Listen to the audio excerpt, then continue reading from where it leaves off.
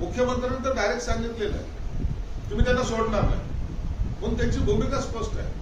परंतु एक लक्षात घ्या की ओएसी येतो महाराष्ट्रातले सर्व, मग तो मुंब्रा असेल, मालेगाव असेल, नाशिक असेल, मुंबई असेल, इथलचे त्यांचे कार्यकर्ते संभाजीनगरला का जात आहेत? काय त्यांना मेसेज द्यायचा आहे? त्यांना कशासाठी त्यांनी बोलवलेलं आहे? या प्रकरणामध्ये आपण म्हणून सांगितलं की गांभीर्याने घेण्यासारखं प्रकरण आहे. आता आपल्याला जेलमध्ये जावं लागेल ही भीती त्यांच्या मनामध्ये आहे आणि आपला मुस्लिम मताचा एक धाक दाखवून आपल्याला हे प्रकरण मिटवता येईल का असा सुद्धा त्यांचा प्रयत्न आहे. परंतु मला वाटतं सरकार यांच्या पुढे झुकणार नाही. सरकार त्यांना त्यांची जागा दाखवेल. पण या प्रकरणामध्ये आरोपी असलेलं मशीन पटेल जे आहे त्यांनी आज शहरामध्ये सगळीकडे बॅनर लावले आणि ओबीसींचं स्वागत केलं आहे. एकीकडे आतमध्ये असताना प्रकारचे बॅनर लावले सगळं ही मस्ती आहे ना. तो मतीन त्याला काल पकडलं पोलीस चौकीमध्ये, आता तो लाखोपती आहे आणि त्याच्या नावाचे बॅनर शहरभर लागतात. ओबीसीचं स्वागत करतोय तो. आता एक आरोपी ज्याला आरोपी केलेला आहे तो ओएसीचं स्वागत करायचं कारण काय? असं कधी होतं का? स्वतःचा जीव वाचवण्याचा प्रयत्न करण्यापेक्षा ओएसीचे बॅनर लावणं ज्याला महत्वाचं वाटतं. म्हणून तुम्हाला सांगतो हा प्रकार काश्मीर फाईलच्या सारखाच महाराष्ट्रामध्ये घडतोय हे एवढं मात्र निश्चित.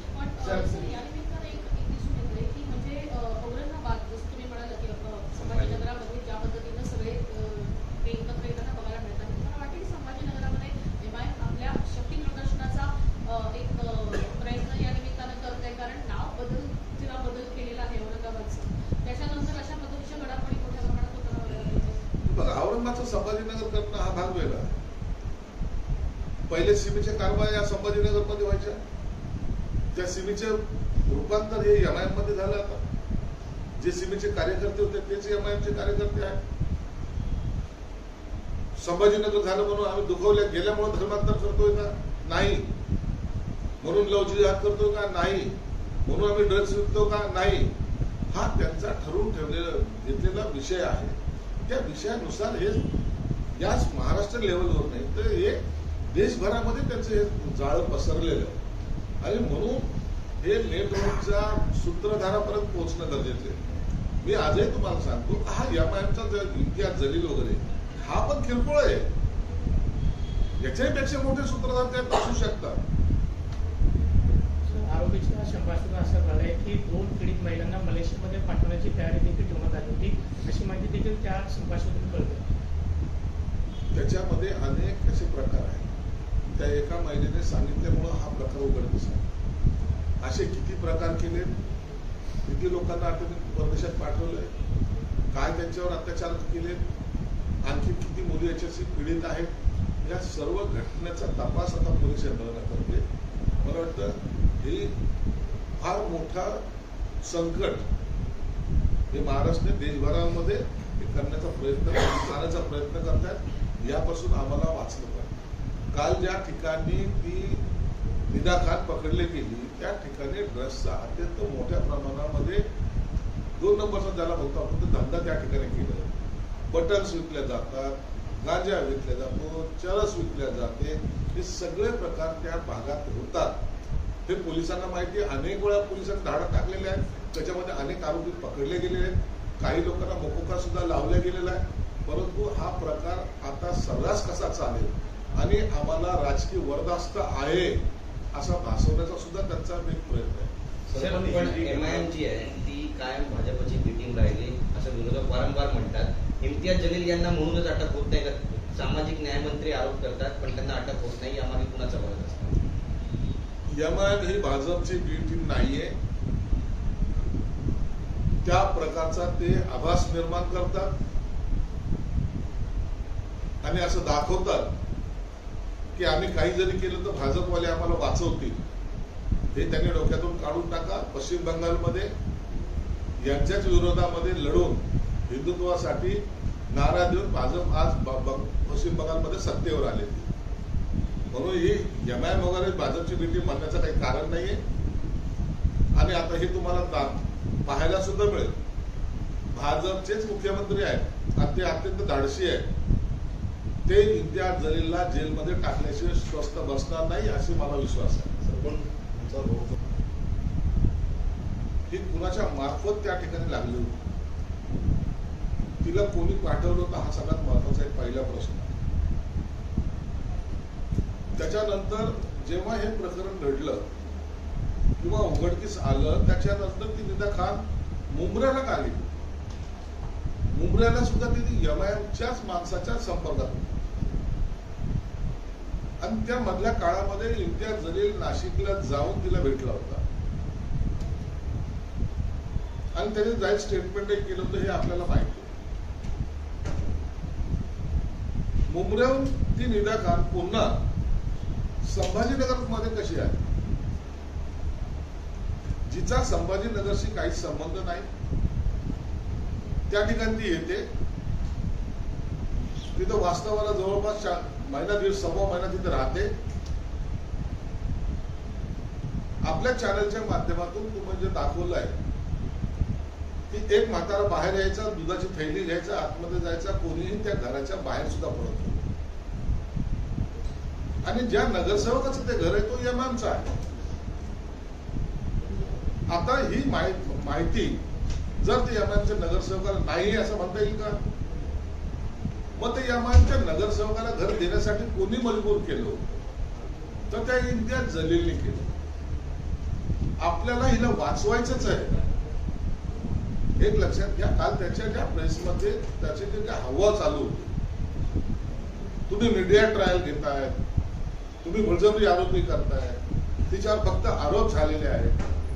पहिल्यांदा कोणत्याही केस, कोणतीही केस असू दे, त्याच्यावर पोलीस हे एफआयआर नोंद करतात, आरोपीचं नाव त्याच्यात असतं, त्याला पकडतात, त्याची कस्टडी घेणे, त्याच्यातून माहिती प्राप्त करणे आणि पोलिसात न्यायालयामध्ये चार्जशीट दाखल करणे हा प्रोसेसचा भाग आहे.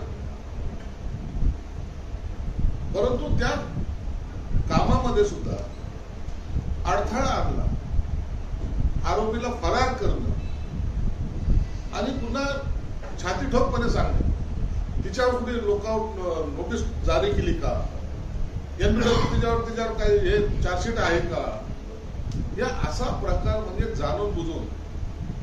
एक तुम्हाला सांगतो, हे प्रकरण हे फक्त निदा खान पुरतं मर्यादित नाही, ही साखळी पूर्ण महाराष्ट्रात फिरलेली आहे. अनेक ठिकाणी अशा निदा खान तयार झालेल्या आहे. काश्मीर फाईलचं या ठिकाणी जसं काश्मीर फाईल मध्ये घडलंय तेच प्रकार महाराष्ट्रात अनेक ठिकाणी घडतायत अशी माझी माहिती आहे. म्हणून या प्रकरणाला अत्यंत गांभीर्यानं घ्या. हे एका ठिकाणी घडलेले प्रकरण तिथपर्यंत मर्यादित याला समजू नका.